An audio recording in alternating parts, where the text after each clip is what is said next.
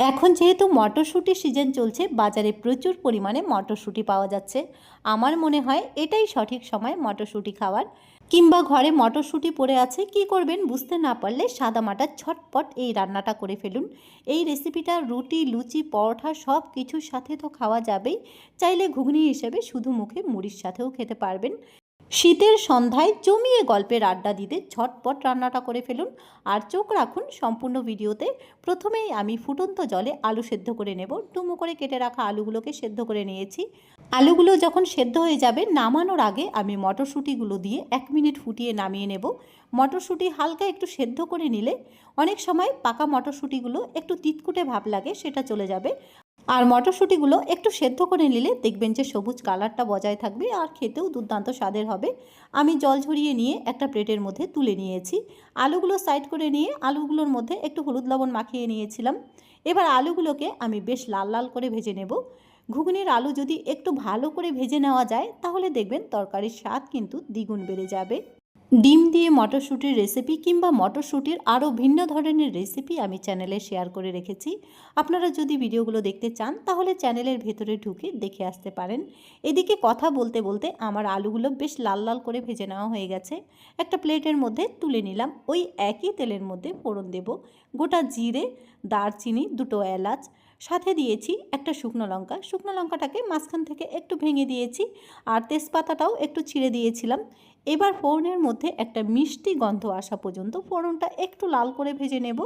ফোড়ন এসে গেলে দিয়ে দিচ্ছি একটা মিডিয়াম সাইজের পেঁয়াজ কুচি। পেঁয়াজটাকে আমি একটু মিহি করে কুচিয়ে নিয়েছিলাম। সবজি কাটার মধ্যেও যে তরকারির স্বাদ লুকিয়ে থাকে, এটা কিন্তু আমাদের কারোই অজানা নয়। তবে পেঁয়াজ রসুনও যেভাবে আপনি কেটে নেবেন, তরকারির স্বাদ কিন্তু সেভাবেই আসবে। আপনারা বাড়িতে একটু ট্রাই করে দেখতে পারেন। ফোড়নের সাথে পেঁয়াজটাকে বেশ লাল লাল করে ভেজে নিয়ে ঝালের জন্য এখানে আমি কাঁচা লঙ্কা বাটা দিয়ে দিচ্ছি। এখানে 7 থেকে 8টা কাঁচা লঙ্কা আমি বেটে দিয়েছি, কারণ আজকের রেসিপিটা আমি একটু ঝাল ঝাল করে নামিয়ে নেব। শীতের মধ্যে কিন্তু একটু ঝাল খেতে বেশ ভালোই লাগে। স্বাদ মতো লবণ, হলুদ গুঁড়ো, 1 চা চামচ জিরে গুঁড়ো আর হাফ টিস্পুন পরিমাণ ধনে গুঁড়ো দিয়ে মশলাটাকে বেশ ভালো করে কষিয়ে নিচ্ছি।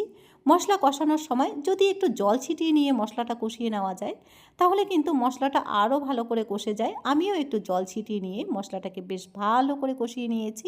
এবার ওপর থেকে ভেজে রাখা আলুগুলো দিয়ে নেব, সাথে মটরশুঁটিগুলোও দিয়েছি। মটরশুঁটি আর আলু দিয়ে নেওয়ার পর মশলার সাথে কিন্তু একটু ভালো করেই কষিয়ে নিতে হবে। রেসিপির টেস্টটাকে ব্যালেন্স করার জন্য কয়েক দানা চিনি কিন্তু অবশ্যই দেবেন। আজকের রেসিপিতে আমি ঝালের জন্য কাঁচা লঙ্কা বাটা ব্যবহার করেছি, তবে আপনারা যদি চান শুকনো লঙ্কার গুঁড়োও দিতে পারেন। সত্যি কথা বলতে, আমরা যারা কন্টেন্ট ক্রিয়েটার রয়েছি, তারা থাম্বনেলের কথা একটু মাথায় রেখেই কিন্তু ঝালটা ব্যবহার করি। দেখবেন কোনো তরকারিতে আমরা কাঁচা লঙ্কা বাটা দিই, আবার কোনো তরকারিতে ঝালের জন্য কাশ্মীরি লাল লঙ্কার গুঁড়ো ব্যবহার করি। তবে ঝালের পরিমাণটা কিংবা ঝালটা কাঁচা লঙ্কা কিংবা শুকনো লঙ্কা আপনারা আপনাদের মতন করে বুঝে দেবেন।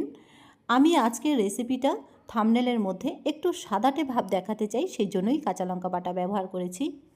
তবে কাঁচা লঙ্কা বাটাটা দিয়ে তরকারির কালারটা কেমন লাগছে কমেন্ট বক্সে কিন্তু অবশ্যই জানাবেন। গ্রেভির জন্য আমি 1 গ্লাস পরিমাণ জল দিয়েছি। ঝোলটাকে বেশ ভালো করে ফুটতে দেব। আর কয়েকটা আলু তুলে নিয়ে আমি হাত দিয়ে একটু হাফ ভাঙা করে দিচ্ছি, যাতে গ্রেভিটা আরও বেশি ঘন হয়ে আসে। তাহলে মটরশুঁটি কিংবা কড়াইশুঁটির রেসিপিটা খেতে আরও বেশি ভালো লাগবে। এবার বেশ ভালো করে টকবগিয়ে ফুটিয়ে নেব। নামানোর আগে আমি দিয়ে দিচ্ছি বেশ খানিকটা ধনেপাতা কুচি, সাথে 1 টিস্পুন পরিমাণ গরম মশলার গুঁড়ো দেব, আর 1 চা চামচ দিয়ে দিচ্ছি ঘি। ঘি দিলে এই রেসিপির টেস্টটা যেন দ্বিগুণ বেড়ে যাবে। এবার ধনেপাতাটা মজে আসা পর্যন্ত 1 মিনিট বেশ ভালো করে ফুটিয়ে নেব। সাথে ঘি আর গরম মশলাও সুন্দরভাবে মজে যাবে। রান্নাটা আমার এখানেই শেষ।